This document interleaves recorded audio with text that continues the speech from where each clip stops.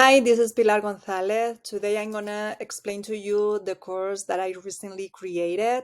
First of all, let's go to my portfolio. You can access to it in pilargmunoz.com. Go to the IDD, instructional design document, so you can have access to all the different features of my course. The title is a Small Group Instruction as a Solution to Differentiate in Elementary Classrooms. This course was created, and I kind of explained that in the course overview, to address one need that was observed in elementary classrooms. After the pandemic, students were struggling with reading and writing, and the whole group instruction wasn't enough to address those needs. Teachers, in addition, were struggling to manage all the challenging behaviors in the classroom. However, small group instruction approach was seen as a great solution to address those needs. So this is how this course is about, is pretending to give skills to educators to be successful in the implementation of a small group instruction in the elementary classrooms. So in the course overview, you also have how to access to this course. It is hosted in Canvas.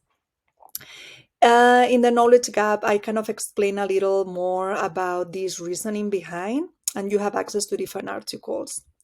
The syllabus is the main document where you can see, and you should start from there as a learner, all the information about this course. You have information, the technology requirements, all the materials that you need, the structure of the course. You also have, let me show you, the weekly schedule. Here it is. So it's supposed to last about 7 weeks, and this is a suggested schedule for schools.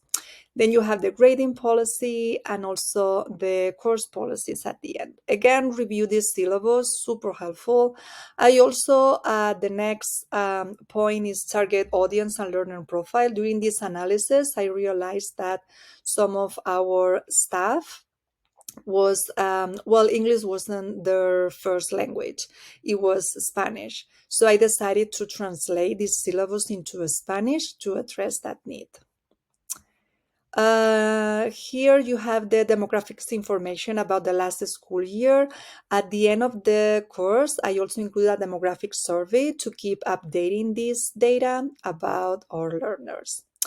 The course type and modality. This is going to be a step-by-step course, and it's a problem-solving course. Since it's responding to a real need that we have in our classroom, is going to be super practical. All the things that the educators are going to create in this course, they are going to use them in the classrooms. It's going to have a hybrid blended approach. It's going to be mainly asynchronous online, but I also included in-person sessions, especially at the beginning of each module, so the administrators and instructional coaches can present those modules to the staff before they go and work in them individually. Here you have the 6 course learning outcomes, or CLOs. So this is super general learning outcomes that try to prepare the teachers to implement this small group instruction. And then you have the module learning objectives that are aligned with those 6 CLOs. But here you can see how this course is structured. So first you have module 1 with all the characteristics of a small group instruction. Then module 2, you have the expectations for small groups at your school. And this is very important because each school can personalize this course depending on their needs, schedule, and staff. In module 3, this is going to be common for everyone, are the strategies that are recommended for small group instruction. And then you have finally a project where educators are going to design 5 lessons for small group instruction, where they are going to implement all the things they learn in modules 1, 2, and 3. So each module has its own objectives. So for example, module 3, you can see 4 different objectives, and each module goal, it's aligned with a course learning outcome. For example, module 3, you can see 4 different module goals, and then the objective 4 is also aligned, as you can see in here, with the content learning objective number 5. For the creation of this course, we have different subject matter experts inside and outside of the schools. These are the different type of activities that you are going to have in Canvas. Regarding the theories, I base my course in the understanding by design approach. This is a very particular model where it's a backwards design. So I have a real clear idea of what outcome I wanted to get from the learners, all the skills that they need to master in order to be successful. So once I have that in mind, I have to go back and start designing assessments, content, activities. So this is, especially with this really problem solution course, I think this is the best approach that you can have. I also included the rapid instructional design, since I included some tools that we have nowadays as instructional designers, like Canvas, Articulate Storyline, Adobe, etc. Learning theories. I have connectivism and andragogy as the main theories. In this chart, you can see the strengths and limitations and kind of the reasoning behind. And in the digital media part, I just include all different videos and images that you can check, and I included already in Canvas. You also have storyboards. Finally, in the course evaluation, I think it's very important to evaluate your own course. I use this rubric, and at the end you can see my reflection about the strengths and areas of improvement. Let me show you now in Canvas where this course is hosted. Once you log in, just click in a small group instruction window. And here is the course. As I said before, you have a welcome module, and then module 1, 2, 3, and then the final project. Let me show you a little about the welcoming. You have a navigation, instructions, and support video. I recorded this video in order to show the learners how to navigate in Canvas, especially if they're new to this platform. I also included here the syllabus in English and Spanish. In English and Spanish, I also included a Meet the Instructor video with a little information about me, just to make it a little more personal, even if this is an online course.